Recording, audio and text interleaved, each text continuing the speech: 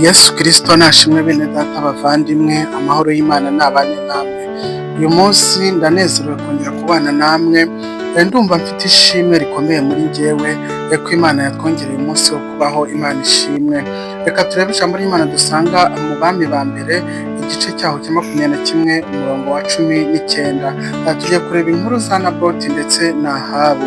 Haranditse ngo umubwire uti Uwiteka aravuze ngo nukurishe urazunguye, maze umubwire uti umva uko Uwiteka avuga, aho imbwa zarigatiye amaraso ya Naboti niho zizarigatira n'ayawe.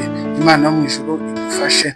Bene data bavandimwe, uyu munsi nifuje ko twareba mu buryo tubanye n'abandi, cyangwa se niba uri umuyobozi, niba ufite abo uyoboye, uburyo bayoboramo, cyangwa se n'uburyo ubana nabo n'ibyabo bafite. Imana itugirire neza. Reka turebe amateka uko byagenze. Ni ukuvuga ngo dusanga ahangaha mbasomeye niho dusanga inkuru za Naboti wari ufite uruzabibu rwe i Yezereli hafi y'inzu y'umwami Ahabu. Ahabu yashatse kurugura cyangwa se kurusimbuza ahandi, ariko Naboti arabyanga kuko uruzabibu rwari umurage wa basekuruza be. Imana yo mu ijuru ikomeze idufashe. Naboti noneho yagize icyubahiro ku murage wa basekuruza be bamusigiye, kandi yubaha amategeko y'Imana. Ibi nabyo wabireba mu Balewi 25 umurongo waho wa 23.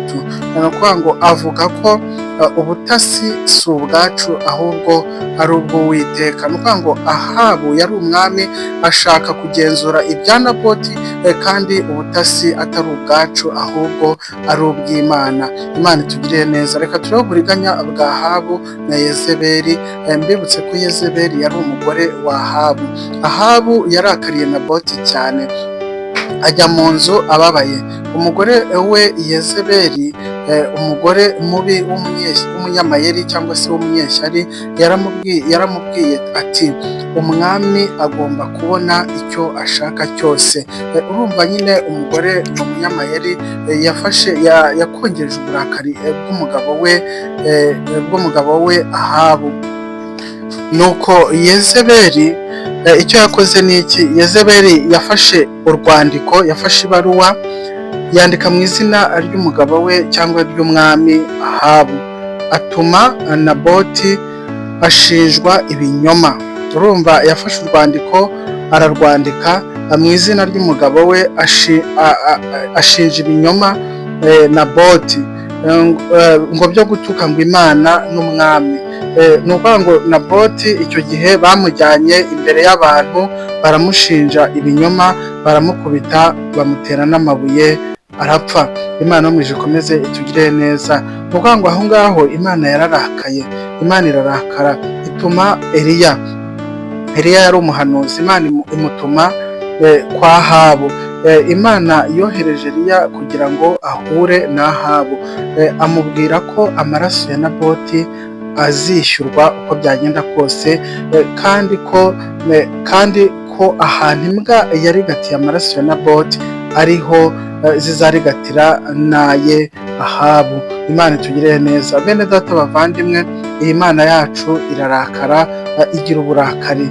Rero Ahabu yakoze mu jisho ry'Imana, arenganya umukene, arenganya uworoheje. Imana nayo irarakara. Ni ukuvuga ngo Eliya atangaza n'umuvumo mu rugo rwa Ahabu ndetse n'umugore we Yezebeli. Imana idufashe. Reka turebe icyigisho ku bugingo bwacu, cyangwa se icyo twakura muri iri somo. Ni ukuvuga ngo irari ryo gushaka iby'abandi no kudashimira ibyo dufite ngo tubishimire Imana ni icyaha gikomeye mu maso y'Uwiteka. Abene data, hano Ahabu ntabwo yigeze anyurwa. Urumva yari umwami ayoboye, ariko ntiyanyurwa. Biba ngombwa rero ko ashaka no gufata utwa Naboti w'umukene ngo natwo atujyane. Aha rero byarakaje Imana. Rero twirinde irari. Ni ukuri irari ryo gushaka iby'abandi no kudashima Imana, ibyo ngibyo rwose tubyirinde. Cyangwa se ubutegetsi bubi. Mwene data, niba Imana yarakugiriye neza ikaguha kuyobora, ikaguha ubutegetsi, ikaguha icyo ukora icyo ari cyo cyose, niyo waba uri umuyobozi wo mu nzego z'ibanze cyangwa mu nzego zo hasi, ukwiriye kumenya ko Imana ariyo yagushyize ku buyobozi, ugaca bugufi, ukirinda kurenganya abakene cyangwa se abo urusha ubushobozi. Aha rero ubutegetsi bubi bwaranze Ahabu. Ni ukuvuga ngo rero ubutegetsi bubi burasenya, kandi busenya ubuzima bw'abantu benshi, nk'uko Ahabu n'umugore we bagiriye nabi Naboti. Ikindi, kugira ubutabera n'ubwubahane ni indangagaciro z'Imana. Bene data rero ujye wubaha urwego waba urimo rwose, ukwiriye kubaha mu buryo ubwo ari bwo bwose. Imana ihora ireba kandi izahana icyaha n'uburiganya abantu bagenda bakora. Ibyo bagenda bakora byose bitwaje amatitire cyangwa se ubuyobozi, Imana ni ukuri izabahana. Nubwo atari bose, ariko umuntu wese ubikora uyu munsi akwiriye kubireka, kuko Imana ntago ibyishimira.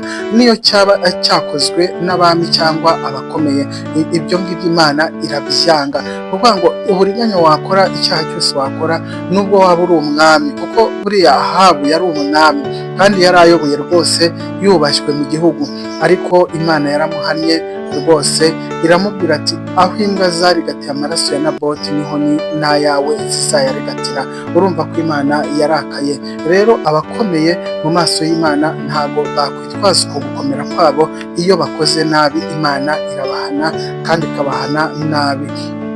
Bene data rero reka soza mbabwire ngo dukwiriye kwirinda mu buryo bwose, tukirinda gushinyagurira abo turusha ubushobozi cyangwa se aboroheje kuri twebwe.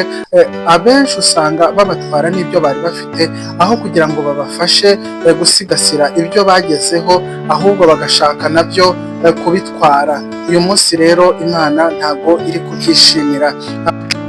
Wakoze mwene data kunkurikirana. Reka dusoze n'isengesho.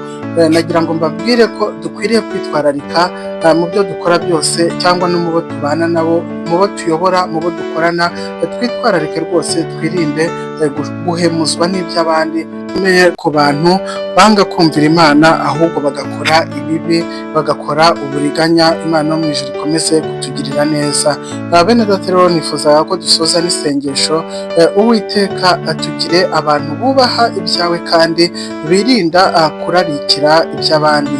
Dufashe kugira umutima uciye bugufi nk'uwo Naboti yagize, kandi utinya ubutabera bwawe nk'uko Eliya yabigaragaje. Imana itugirire neza. Uyu munsi rero bene data bavandimwe, reka duce bugufi kandi twumve ko Imana izatugirira neza nitwihangana. Imana ibahe umugisha, Imana ikomeze kubana namwe. Numvaga nshaka kubabwira izo nkuru za Ahabu ndetse na Naboti, kandi mwitwararike rwose, ntimumere nk'abantu babi batamenye Imana, ahubwo mukorere Imana mutinya, mukorere Imana n'ubugwaneza, mufite kubaha kose. Imana izabagirira neza. Rero Imana ikomeze kubaha umugisha, ikomeze kubishimira. Shalom, shalom.